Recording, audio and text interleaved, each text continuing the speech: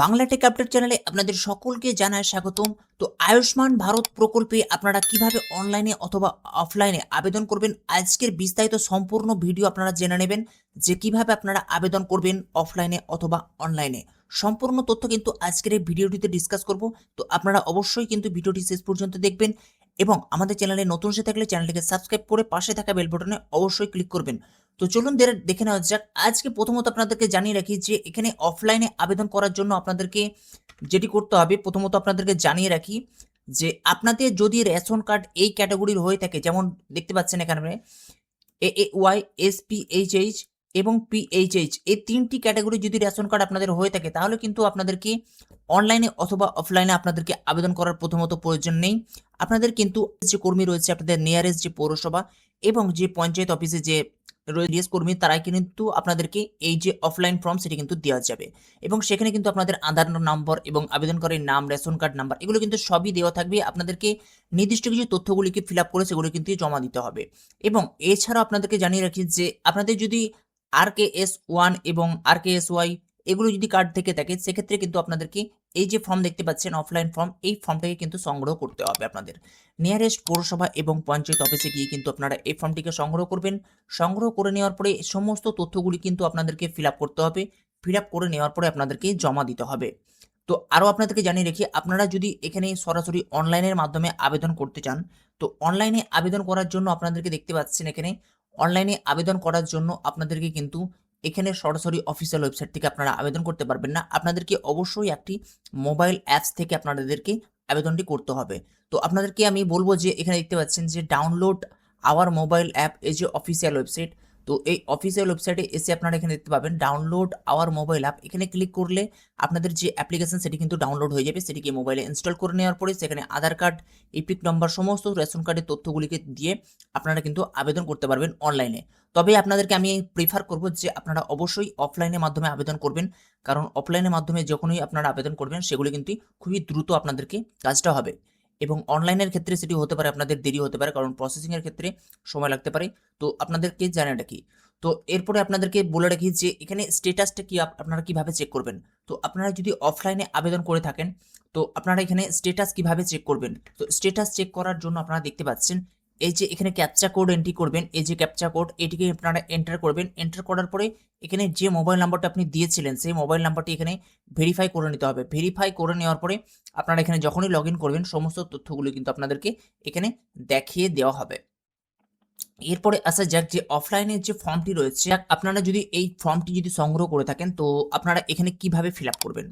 তো আপনাদের প্রথমত জানিয়ে রাখি, যদি আপনাদের ICDS কর্মী ফর্মটি দিয়ে যায় সেক্ষেত্রে কিন্তু আপনাদের ঠিকানার নেম এগুলো কিন্তু দেওয়া থাকবে। এখানে দেখতে পাবেন আপনাদের যে আধার কার্ড নাম্বার সেটি দেওয়া থাকবে। এবং যদি না দেওয়া থাকে, আপনাদের যদি অন্যান্য যে রেশন কার্ডগুলি হয়ে থাকে তাহলে এখানে আপনাদের আধার কার্ডের নাম্বার দিতে হবে এবং আবেদনকারীর নাম, রেশন কার্ড এবং যে ডেটে আপনারা এখানে আবেদন করছেন বা জমা দেবেন সেই ডেটটিকে এখানে মেনশন করতে হবে। এবং আপনাদের যে ক্যাটাগরি রেশন কার্ড থাকবে সেটিকে এখানে টিক মারবেন। টিক মেরে নেওয়ার পরে এখানে দেখতে পাবেন এখানে আধার কার্ডের সঙ্গে সংযুক্ত মোবাইল নাম্বার। তো এই ফর্মটিকে ফিল আপ করার আগে আপনাদেরকে অবশ্যই খেয়াল রাখতে হবে যে আপনাদের মোবাইল নাম্বারটি আধার কার্ডের সঙ্গে লিঙ্ক আছে কিনা। তো সেই মোবাইল নাম্বারটি এখানে দিতে হবে যেটির সাথে আপনাদের আধার কার্ডের লিঙ্ক রয়েছে। এবং এরপরে দেওয়ার পরে এখানে আপনারা সিলেক্ট করে নেবেন আপনি যে পুরুষ হলে পুরুষ, নারী হলে নারী। এরপরে আপনাদের এখানে জন্ম তারিখ সিলেক্ট করে নেবেন এবং আপনাদেরকে বলে রেখেছি যে এখানে সম্পূর্ণ বাড়ির ঠিকানা আপনাদেরকে ফিল আপ করতে হবে। তো আপনাদেরকে বলে রাখি, যদি আপনাদের কার্ড AAY অথবা SPHH এবং PHH হয় সেক্ষেত্রে কিন্তু এখানে ঠিকানাগুলি অবশ্যই দেওয়া থাকবে। যদি না দেওয়া থাকে সেক্ষেত্রে কিন্তু আপনাদেরকে এখানে আপনাদেরকে যে সম্পূর্ণ যে বাড়ির ঠিকানা রয়েছে, পার্মানেন্ট যেটি রয়েছে অ্যাড্রেস, সেটি কিন্তু এখানে ফিল আপ করতে হবে। এবং এখানে দেখতে পাবেন জেলা, ব্লক এবং গ্রাম পঞ্চায়েত অথবা ওয়ার্ড, পরিবারের প্রধানের নাম, মোট পরিবারের যে সদস্য সংখ্যা সেটি দিতে হবে। প্যান কার্ড নাম্বার থাকলে দেবেন, না থাকলে দেবেন না। এবং এখানে দেখতে পাবেন যে ভোটার কার্ডের নাম্বার অর্থাৎ ইপিক নাম্বার দিতে হবে এবং SC নাম্বার, পার্ট নাম্বার এবং সিরিয়াল নাম্বার এগুলিকে আপনাদেরকে দিতে হবে। এগুলো কোথা থেকে পাবেন? তো এগুলো পাওয়ার জন্য আপনাদেরকে যে ভোটের যে দেওয়ার সময় আপনাদেরকে যে একটি ইলেকশন কমিশন থেকে যে আপনাদেরকে একটি ভোটার যে ইনফরমেশন স্লিপ দেওয়া হয়েছিল, তো সেই স্লিপে কিন্তু আপনাদের সমস্ত তথ্যগুলি দেওয়া থাকবে। তো সেই স্লিপটি আপনারা অবশ্যই বের করে আপনারা চেক করে নেবেন আপনাদের SC নাম্বার কি রয়েছে, পার্ট নাম্বার এবং সিরিয়াল নাম্বারগুলি এখানে দেখে দেখে বসিয়ে দেবেন। এরপরে স্বাস্থ্যসাথী কার্ড। তো আপনাদের যদি স্বাস্থ্যসাথী কার্ড থেকে থাকে সেক্ষেত্রে স্বাস্থ্যসাথী কার্ডের যে 17 অঙ্কের যে ডিজিটটি রয়েছে সেগুলো কিন্তু এখানে নির্ভুলভাবে ফিল আপ করতে হবে।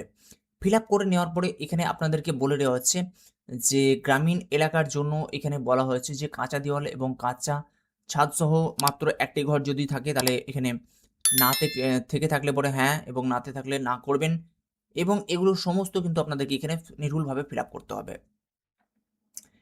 তো এখানে দেখতে পাচ্ছেন এরপরে সমস্ত আপনারা দেখে নেবেন যে যেগুলো আপনাদের রয়েছে সেই রিকোয়ারমেন্ট অনুযায়ী আপনারা এখানে টিক মেরে দেবেন, হ্যাঁ হলে হ্যাঁ, না হলে না, এগুলো আপনাদের দিতে হবে। এরপরে আপনাদের যেটি গুরুত্বপূর্ণ বিষয় যে এখানে বর্জন মানদণ্ড পরীক্ষা করুন।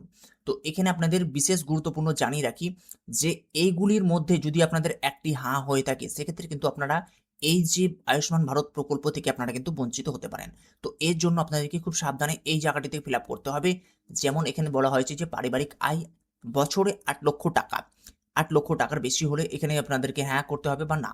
তো এখানে অবশ্যই আপনাদেরকে এখানে নাতে ক্লিক করতে হবে, নাতে থাকলে, এবং পরিবারের কোনো সদস্য আয়কর প্রদান যদি করে থাকেন তাহলে এখানে আপনাদের না দিতে হবে।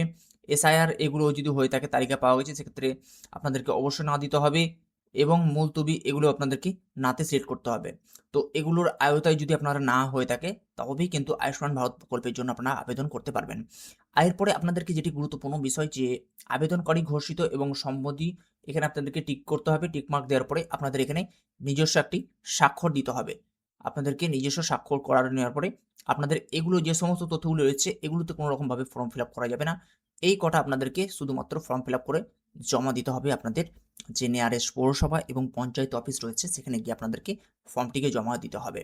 জমা দেওয়ার পরে আপনারা দেখতে পাবেন কিছুদিনের ভেতরে কিন্তু আপনারা এখানে আপনাদের যে আয়ুষ্মান ফর্ম সেটিকে এখানে আপনারা স্ট্যাটাস দেখে নিতে পারবেন যে আপনাদের কার্ডটি কত দূরে রয়েছে বা আপনার অ্যাপ্লিকেশন স্ট্যাটাস কি রয়েছে আপনারা কিন্তু চেক করে নিতে পারবেন, ভেরিফাই হয়েছে কিনা আপনারা জেনে নিতে পারবেন।